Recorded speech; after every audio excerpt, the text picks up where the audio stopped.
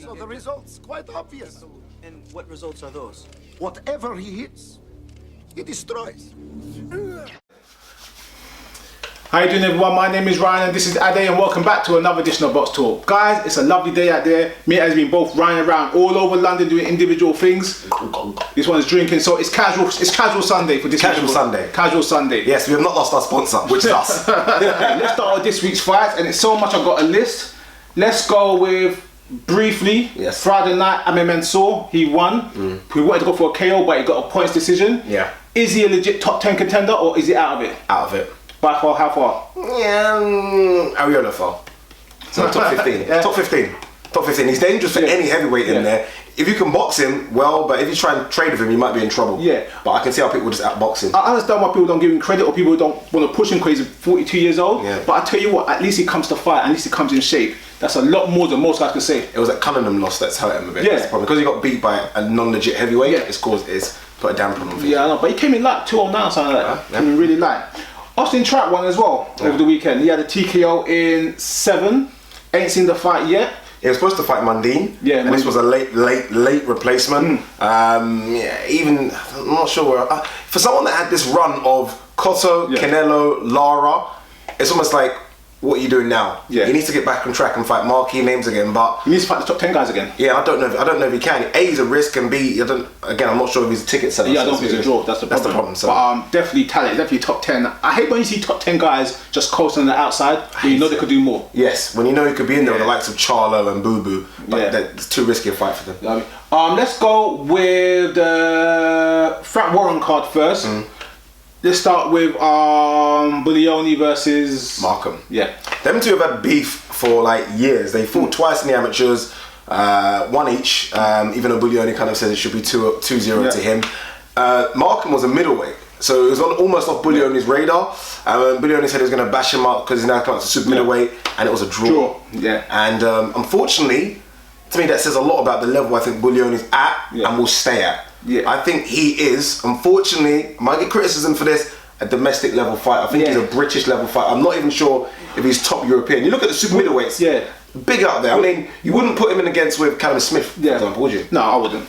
We've seen him fight loads of times. Yeah, live. We've met him, we've talked to him. He seems like he definitely has something about him. Yeah, he's got a punch power. But it doesn't transcend into making you a good fighter. Before I said defensively he was open and get caught with too many shots.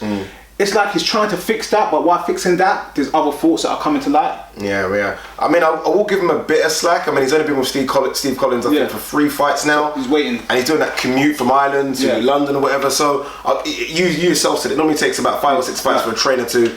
But I don't know how good a trainer Steve Collins is. I mean, he's a name, but I'm not sure if he's a good trainer. So. Bradley Skeet won 6th round. Yeah. I like Bradley Skeet. So do I. And I tell you what, I think domestically and obviously European level as well, he is very, very underrated. His skills are serious. He's one of those guys there that I think, given the opportunity, will pull an upset. Yeah. This is going to sound so strange and people think, what the hell are you talking about? Bradley Skeet's one of the British fighters that I think you could put in against a world level opponent. I don't think he'll get embarrassed. No, exactly. It's like about him. His skill set, I think, is he's got all the fundamentals right. He might not have the punch power, but he's getting that as well. Like speed, coordination, everything puts it all together. Matchroom card, briefly. Luke Campbell. I'll tell you something about the matchroom card before we quickly get into it. I don't know if you saw a tweet from LDN Mogley.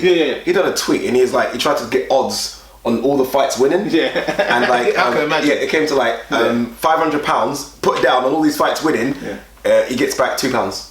That's how badly matched some of these fights were. The fights were easy. I don't think, except for the Sam Edgerton fight. 100%. The only fight that went some distance. But let's start with Luke Campbell quickly. Good to see him back in the ring. Good to see him back in the ring. Talent is going through a very tough time. He had a mean streak. And I think that could be just life, just really, unfortunately his dad's very, very sick. I just think that maybe, as much as I like him, maybe he should take a step away a bit and, sort out look after the family issues right now. Sorry to cut you off. He's an Olympic gold medalist and everything, but he comes in these cars at late notice, short notice, because his mind's somewhere else. I might agree. It's a tough one because obviously he's a big investment for Eddie Hearn. Do you know what I mean? And I guess at this stage of the career, they already probably pushing him for European or British honours. So he's already fallen back from where they wanted to. So I can imagine him wanting to take a break. I imagine Eddie Hearn wanting him on the cards. So they need to sort something out there because look, he is a talent. He's not very young. No. But he's not like one of these Olympians that are 2019. He's getting on. So they do need to push him. But maybe you're right. Take a step back. When you're 100% right, come in. And he'll still destroy him. Looks good. I'll be honest with you. Matchroom. I think he looks good. I'm 50-50 on him. I think he looks good. 50-50. You know what it is? I think he's almost come from nowhere. Yes, okay. He's come from nowhere, and that's what I mean by looks good. They're not selling him like the way they're selling. What's that kid now from Leeds? Josh Warrington, for example. We're not getting the Josh Warrington bandwagon about him. We're just getting a guy that's going through the motion. Don't get me wrong. I'm not trying to say he's gonna rock the world and do stuff, but I think in terms of domestic level, maybe even European level, I expect him to be able to handle himself. I don't know. I look at him and I see someone he's got ability.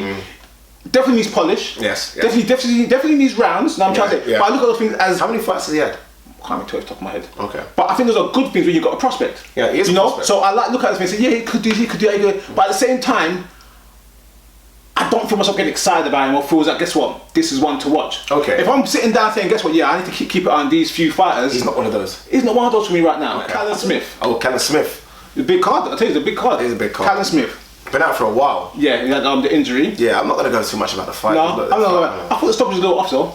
Yeah, it's always off from Matchroom cards. I thought the first knockdown was legit. I thought it was a solid 100%. knockdown.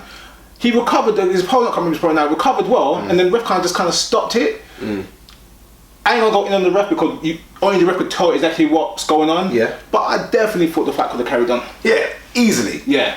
Maybe they were running out of the electricity bill and then we need to get these fights opened up with. There's so many fights on the card, but easily. More important than that, obviously they're talking about him fighting Christopher Brasse next for the European title or WBC, whatever title it is. Good matchup. Quick one, Kyle Yafai. I like Kyle Yafai. Yeah. I do like Kyle Yafai quite a bit. Yeah. He was the man that was just behind Paul Butler. I think he's trying to put himself into a position now where he's above Paul Butler and maybe he doesn't need that fight. Yeah. So I tell you the problem with that fight last night with Kyle Yafai. Yes, it's getting round, yes, it's staying busy. But staying busy against a guy you're going to blow out, it does nothing. It does zero. All it does is say, I had a fight last week. It doesn't do nothing for his career, nothing for his progression, nothing for his ranking, nothing for his ability. Sorry to cut you off. I understand that you've got to match people, but when you match and it does use absolutely zero, is it worth matching? Yeah, I know what you mean. Eddie Hearn seems to have a stable fighters at the moment. They're either coming off injuries, obviously with Luke Campbell, like, got those issues as well, and it's almost like everyone seems to be having a stay busy fight. Yeah. No one seems to be having a fight. Well, I'll take that. Not no one, but I'll say 90% of these stables seem to be having fights that kind of don't mean much. Yeah. But just we had a fight in September. We had a fight in November, and you kind of want, as boxing fans, you kind of want to see what their progression is. And you're right. That Kelvin fight yesterday kind of was okay. What does that mean? Back in Birmingham. I thought he should have retired after his last fight. I'll be straight with you. Yeah. I thought he should have retired. And people might be harsh on it. I still think he should retire. I tell you what, he after the fight, he's like, I'm back. It puts you right back in the mix and everything. I'm what like, mix? Yeah. What mix are we talking about? I don't know what he was talking about. No, it doesn't. You know, I like Macklin. A lot of people criticised me, but I said I thought it was legit a top 10 middleweight. I think I did. Yeah, a lot of people criticised me, but I thought he earned his right to get there and he fought the right guys to get there. I'll give him that.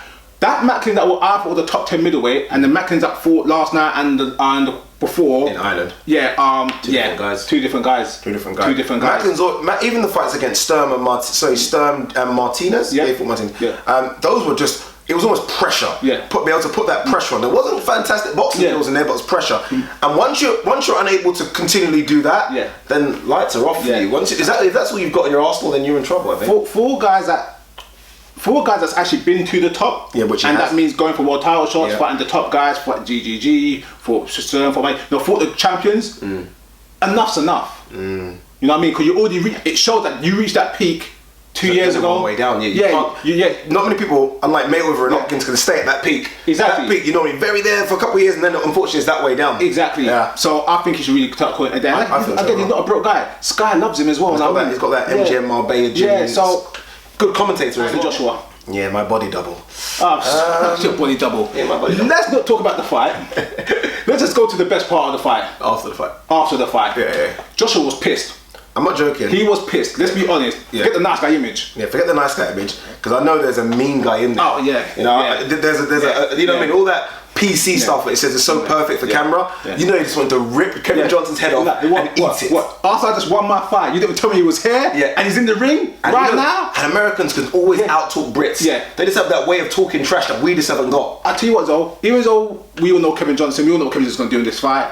When Kevin Johnson's going to knock him out, it's not going round. I think Anthony was thinking, guess what, you motherfucker, I'm going to kill you. I can't wait to get you in the ring. Honestly, I'm going to knock your head off. I saw it in his face. And at the end, Joshua was saying, Kingpin said something like, we'll see who the better man is. And head Joshua, yeah, we know who that is already. Yeah. Know what I mean? He's ready. He's wound up. Supremely confident as well. Yeah, and I put an Instagram post. I don't know if you've seen an Instagram post, and I said, look, picture. I said, look, yes, he's not fighting monsters. Yeah. But Andy Joshua is brutal. Yeah. When he hits you, it generally looks like the whole body shudders. Yeah. Give him 12, 18 months, guys, and if they match him right, we could have something. Moving forward quickly, Sturm chewed enough. Yeah. I can't lie to you. You might upset me. Didn't watch it. Alright then. Know the result. Didn't watch it. I watched it. Okay. Let me tell you something about Felix Sturm. For a guy that has been a long-term world champion. Yes. Again, similar like Matthew Macklin, he used to call it a day. Yeah. That stinging, powerful power jab is gone. That fleet movement is gone. Yeah. It's not that guys like Chudinov, who's not a bad fighter. Yeah. Sturm would have destroyed him 3 years ago. 4 years ago. Someone have taken what he does, done that little, and then just destroyed. Remember Sturm used to always do that kind of explosive last 30 seconds to win rounds. You can't do it no more. Was it not there? He didn't do it. I think it's possibly the weight because he's a career middleweight and that's fine. It's only 8 pounds, but he looks slower. The death of Ricky Burns is not true. The death of Ricky Burns is not true. No, well, there's a saying. My death was greatly exaggerated. Or something like one of those famous World War sayings. Because Ricky Burns, minus the 2-point deduction, which I don't think he should have got. If he was going to get something, Figueroa should have got something as well. I think Ricky Burns performed and boxed away from home perfectly. I disagree with you about the point deduction. I knew you would. It was a dirty fight. It was a dirty fight. Both of them, yeah. But Ricky Burns, especially I think it was with the right hand, he was clubbing behind the back of the head a lot. Was the points for holding though? Holding as well, but that's it. It was a dirty fight. But to both fighters' credit, no one complained. Yeah, just got on with it. They just got on with it. I mean, it was a tough, dirty fight. It's a lot out of you, that kind of fight, so. But I tell you what, when Eddie Hearn said Ricky Burns should go back to domestic and rebuild himself, no, he shouldn't. No way. Give him credit. I was scared for Ricky Burns in that fight, and he proved me wrong. I'm not sure how good Figueroa is at that weight though. Not to take away the performance. I was watching the fight and I was thinking maybe Figueroa needs to go down to 135 again. McDonald Kamida. Yes. Don't want to cut you before you start. Yes. We both tweeted about him yesterday and on Friday, making tweets. But you said a tweet that came to my mind when we watched the fight. You said he's underrated. Yes. But blah blah blah blah. You can't underrate him after that performance. His ring IQ is underrated because after losing the first 5 rounds, being behind on points the first 5 rounds and getting knocked out, from round 6 he changed that fight right over and, in my words, dominated. I'm telling you now, I watched McDonald versus Napa. 5 years ago or so, and I was living with McDonald. I said it's a robbery, because we're big Napa fans. I was gutted, and I've been watching him ever since then. Just say, he's going to lose his next fight. I guarantee you, he's going to lose because he kept on winning.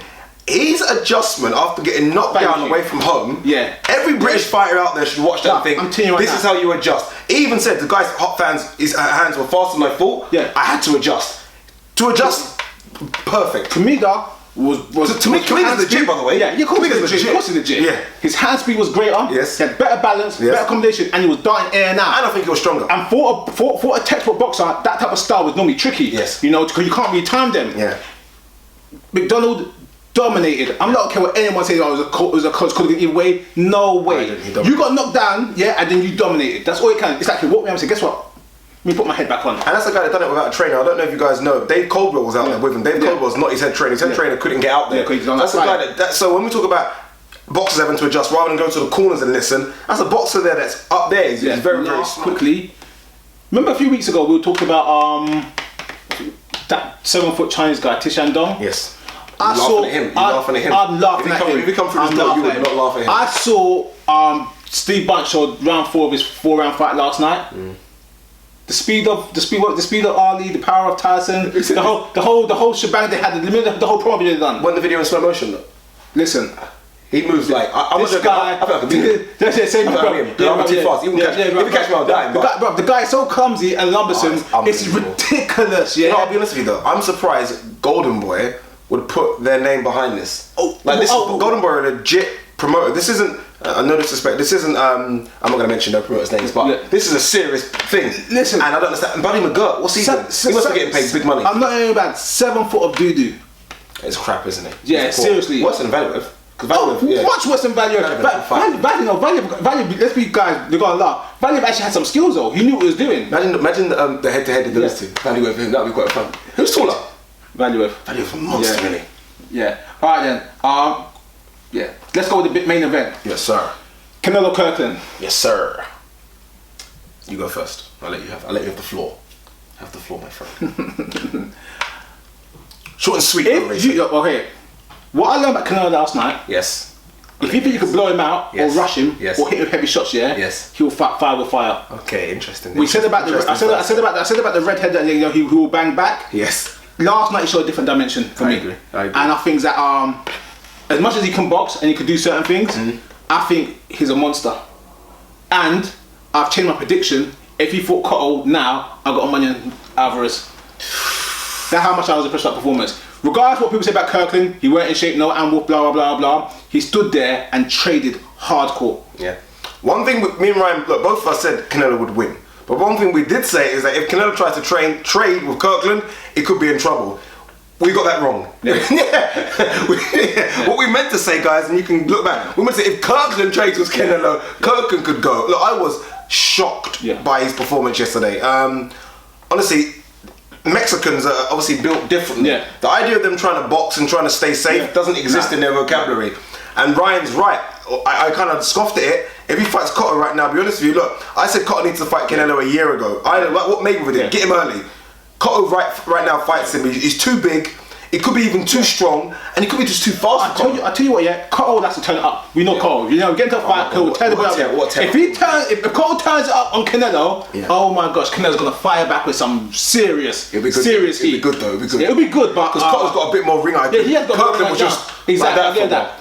Last time I'm gonna say on this fight, we've had some great knockouts this year. And I'm trying to say, but horrible, though. This knockout here, I've watched it a few times. Yeah, this knockout here is right now. There's a few. But this could be one of the knockouts of the year, I'm telling you that right now. I look at it and I even said, I know, look, it's early for Kirkland, but I said I don't ever want to see him fight again. And it's because when he does get knocked out, when he does get hurt, it looks like it's all over. He looks drunk, he got a drunk face. Yeah, he's really punch drunk. Yeah.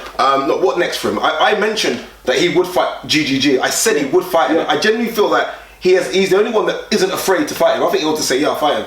I think he's cautious of fighting him. I think being Golden Boy, the way Golden Boy is right now, that's their main start. Yeah, they're not going to risk it straight away. But they want to see what GG's got more. So Canelo might want it, but Golden Boy said, guess what? Let's see what GG's got more. Because we all think GG's holding back a bit. Do you think it will be Cotto then? I think it'll be Cotto. Yeah. I think Cotto wants it after that. Cotto's not scared though, is he? Cotto's one of those people as well. Cotto don't know one. Don't duck GGG. I'm not saying nothing. Okay, let's go with the news. Yeah. This is rumour mill. No, that's a big list. No, it's not that bad. This is rumour mill, so you know we try to give you the rumours what's going on. Yeah. Rumour went out yesterday. Yeah. It's that Mayweather Pacquiao. Yeah. Earlier prediction for pay-per-view buys. Go on. 5.6 million. That's a rumour. That's rumour. There's no guarantee, so don't quote me on it. But that went out yesterday. If that is the case, I don't know if it's good or bad for boxing. Oh my god. It's huge, isn't it? If that's the case. You know what, I'm doing that. Sorry guys, it's not because of my breath stink. I can understand that though. Because the hype around it was bigger than I've ever seen. I'm not lying, like I said, 500 million worldwide. I don't know. Girls were saying they're having boxing nights. Nah, you're right. You know, I saw random people on Facebook saying I'm buying this. Yeah. I'm buying this. No joke, I went to the chip shop. I went to the chip shop and there were a couple of kids in there about 16 years old saying, we're buying the fight tonight. Yeah. Oh my god, that is giant. If it's true, is it good or bad? Take out the financial side, I'm talking about for the sport, not for the revenue, for the sport. You know, it's good, and the reason I'll say it's good, and I can understand why, I can understand the argument for it. My reason for saying it's good is that it shows boxing is alive and kicking, and the potential of people that if you do get the right fight, yes, they might happen once in a blue moon, but if you get the right fight, it shows what financial can be made. Like if I'm a boxer coming up, and I kind of said this earlier, if I'm a boxer coming up, a young boxer, this should motivate you to make sure you do everything right possible. Yeah. So that's the reason I think it's fantastic for boxing. Yeah. You give the reason why you don't think it's good. The reason why I'm saying I don't know if it's good for boxing because there's so much disappointed people. Will those same people buy boxing again? Yeah, we always do. That's the problem. No joke here. Honestly, take out your friends, take out the boxing crew, out of just general public, people at work, people around you. How many people get the fight praise? No one. That's my point. But that's boxing, isn't it? It's I'm just saying that's one situation where, as much as look, we're boxing guys, we're gonna love the fight, we're gonna watch the fight, do whatever happens. We will buy Mayweather Pacquiao free because we're boxing fans. Wow. But I'm saying the general public, they won't put their money back in again, and that's what they made Pac for a few little bits. I'm still shocked. Pac shoulder surgery. Basically, Nevada's going to investigate Pacquiao because when Pacquiao's waiver for Nevada, he didn't sign saying he had a shoulder injury. Yeah. Pacquiao requested to get an injection in his arm because he's injured, they said no, your waiver's cool. Yeah. So Pacquiao tried to blame Nevada. Yeah. Pacquiao should be suspended. Or he's suspended. Why? He lied on his medical. So does everyone else though? People have done that. No. He lied on your medical, and then soon as the fight happened, said, "Oh look, I lost my shoulder's injured. They wouldn't take no medicine from my arm. Now I need to have an operation tomorrow." Come on now, that is dodgy. I don't care about. Sorry, I'm not a conspiracy theorist. You know, I always try to be fair. But for you to lose, blame Nevada, then have an operation the following day. Yeah, but so again, boxing on the sports, you actually can't suspend people in boxing because they only fight once in 6 months. So he gets a 6 month suspension, you'll be like, okay, I don't fight for 6 months anyway. Yeah. Do you know what I mean? It was like football, you suspend them, they have a game next week, yes. You know, lots of times you say I'll go light on Pacquiao because you have your suspicions and I don't go to that. I don't go to that level. Suspicions About yeah, you have your suspicions. But this one's though, seriously, I just think it's poor. On that, very quickly, and he obviously did have a shoulder injury. Yeah. Does that take away from Mayweather's win? No. No, in the sense that Mayweather looked dominant. We was all saying, okay, why is Pacquiao not what he does? No. He couldn't, because he couldn't. No. You only can fight what's in the ring with you, yeah? And that's not Mayweather's fault. Mayweather prepared to the best of his ability and put the performance to the best of his ability. So if Pacquiao didn't do that and had his own faults, you can't blame Mayweather for that. Okay then, so why does Cotto get so much unpraised for the Martinez when everyone knows Martinez had leg injuries? Why does Cotto get like, oh, Cotto's performance wasn't great because everyone knows Martinez has no legs? No. Martinez, okay. I'm just saying, his injury is an injury. I'm just trying to say. You're right. I don't give Cotto slack for that fight, but I tell you the difference with that fight is that Martinez claimed he had no injury. Martinez said, my legs are fine, my knees are fine, so and so's fine. He didn't put it down as an issue. What do you mean, after the fight? Before or after? Interesting. He said my legs are fine, my legs are 100%. So he didn't debunk it. So here's one that really bugs me, really. The WBA has withdrawn, which is basically stripped Carl Froch of his belt. Yeah. Yeah? But they said he ain't been active for a year. But kept Andre Ward. What is Andre Ward's belt though? Okay, this is what I'm trying to say, yeah? When did Froch fight last? May. Yeah? When did Ward fight last? September, so November before that. Okay then, who should be stripped? They said, oh, we're giving a chance to have a voluntary. Yeah. And his voluntary is not to when? June? July? Nah. How can you strip one guy that fought for your defended his belt a year ago and the other guy doesn't? For he defended his belt 18 months. Strange, actually. Work that out for me, please. I can't. My maths are not that good. I don't get it. I mean, I stopped school early. This makes his return.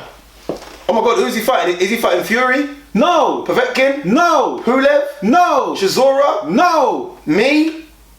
Yeah. About the same level. Who's he fighting? Go ahead. A guy called Eric Molina. What? Carlos Molina's granddad? Eric Molina. Yeah. Eric Molina. Yeah. I swear I saw one of his fights, and I think I fell asleep. Yeah. Yeah, No, I can't remember. I've seen one of his fights before. I actually think it was at your house. Okay. On the undercard. I remember the name sounded familiar as a heavyweight. And I thought when he said, "Oh, people were drinking," I heard Molina. I kind of jumped on his head. That ain't the Molina I was thinking. Yeah. And I kind of just drifted back off. This guy's never ranked in the top 50. I'll be honest with you, Deontay Wilder and his team and everyone upset me so much. It's scary. And this is the problem when Vitaly relinquished his belt. Everyone was like, Vitaly, the Klitschko's are hogging up all the belts and they're not. Well, they were fighting people. Yeah. They weren't fighting bums, they were fighting mandatories and a couple of voluntaries in between, but they were fighting. Deontay Wilder, you know when I said, I laughed about, no, why should he fight Shannon Briggs? I'd rather him fight Shannon Briggs. Thank you. Remember I mentioned at the beginning of the video, I said about Amir Mansour? Yes. There you go. Yeah. That's my point, yeah? You got guys that want to fight and is trying and coming shit money. You got guys like Wilder, yes, he beats Stavern, that's his claim to fame right now, but out of his 30 plus fights, he's fought one person. Did you see this video of Khan, Adrian Broner and Robert Guerrero floating around? Fantastic, love it. Yeah. I'll be honest with you, Eddie Sekbak gets in some goal. He's Situation. phenomenal, isn't he? He's never instigators though. He should start his own promotion company. I don't know if he's got the foresight for that. But that was fantastic. Yeah. And one thing it did show me though, Khan is power. Yeah. I tweeted it the other day. We always say Khan should fight Brook and Khan ain't making money. Adrian Brennan said at the end of the video, I want Khan, that's the money fight. Yeah. It's like Khan's the money over there. I tell you what, yeah. One, Khan done some cheeky thing though. Yeah. Like, grab his face. How you doing, son? Yeah, like, he brought him up.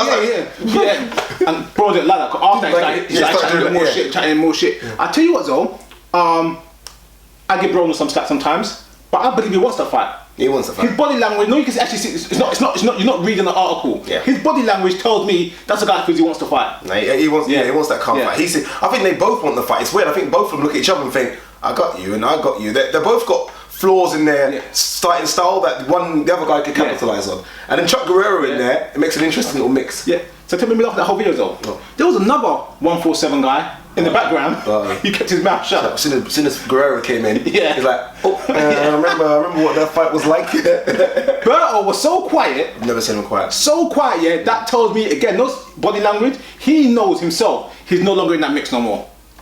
That's a shame, isn't it? He knows that. He knows on that talk. Walshy, me and him were going back and forth on a few tweets, and he said he's got this guy contact that basically is certified, and he said 100% signed. Porter versus as on my list. Broner. Yeah. Porter. Yeah, Porter Broner. A, what weight? Yeah. And B, do you think it's true? If it's true, well done to both fighters for taking the fight. Yeah. And as it stands right now, I'd give that again as a 50-50 match. Yeah, so do I. I'll give it a 50-50 match. I don't know if Broner will like that style. I know that swarming style. Yeah, that swarming style is awful. And that little peekaboo defense. Yeah. To beat Porter, and he's a right move, Porter, you need a jab, a consistent jab and a power jab. Something that's solid and technically sharp. I don't know if Broner's got it. He's got a fast jab, but I don't think it's the type of jab to stop Porter. If Broner does win that fight, he's legit again. Oh yeah, for 100% sure. 100% sure. A few more little bits. Yeah. Last week you touched on Al Heyman being sued. Yes. Now this week Golden Boy has announced they are suing Al Heyman for $300 million for basically multiple acts of breaking the law. I'm trying to say within boxing legalization law or whatever. I believe he must have done that. There's no way for me that his aggressive signing can all just be legit signings. He can't sign that many fighters. Don't tell me that many fighters are out of contract. There's no way. So here's the joke though. Lou DiBella said, you're suing Al Heyman now, but when you did the same thing, when you had all the output deals with HBO, then you had output deals with Showtime, you were Al Heyman's #1 guy and you were blocking out the whole market, and you said you want to close down Top Rank and blah blah and shut everyone out. It was cool then.